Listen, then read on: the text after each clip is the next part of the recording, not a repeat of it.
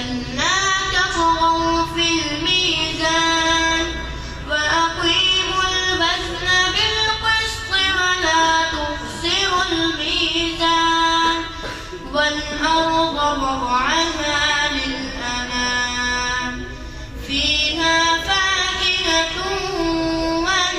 والنخل ذات الأكمام والحب ذو العصف والريحان فبأي آلاء ربكما تكذبان خلق الإنسان من صلصال كالفخار وخلق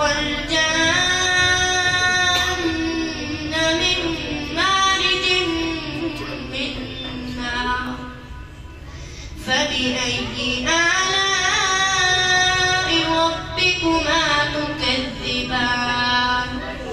رب المشرقين ورب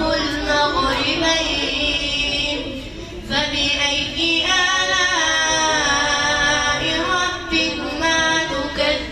تكذبان مرج البحرين يلتقيان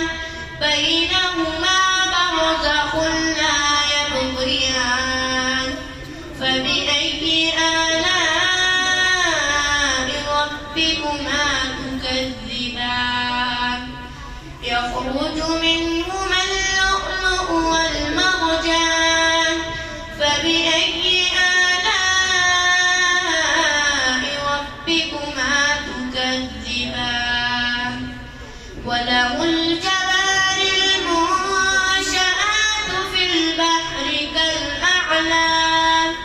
فبأي آلاء ربكما تكذبان كل من عليها فان ويبقى وجه ربك ذو الجلال والإكرام فبأي